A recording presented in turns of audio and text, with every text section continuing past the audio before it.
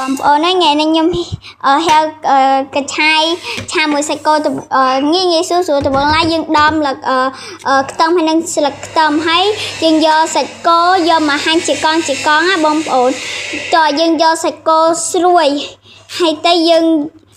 យកកញ្ឆាយយកមកហាន់ណាបងប្អូននេះគ្រឿងផ្សំដែលយើងត្រូវឆាដំបូងយើងត្រូវយកខ្ទឹមលីងឲ្យឈ្ងុយណាបងប្អូនហើយយើងដាក់សាច់គោដើម្បីឆាត្រឡប់ទៅធ្វើម៉េចឲ្យវាឆ្អិនហើយបន្តមកយើងដាក់ស្ករសហើយនឹងប៊ីចេងហើយនឹងទឹកត្រីហើយនឹងទឹកស្អៀវហើយនឹងទឹកខ្យង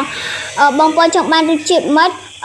ដាក់តាមហ្នឹងហើយបងប្អូនហើយយើងឆាឲ្យវាឆ្អិនហើយចាំយើងដាក់កញ្ឆាយ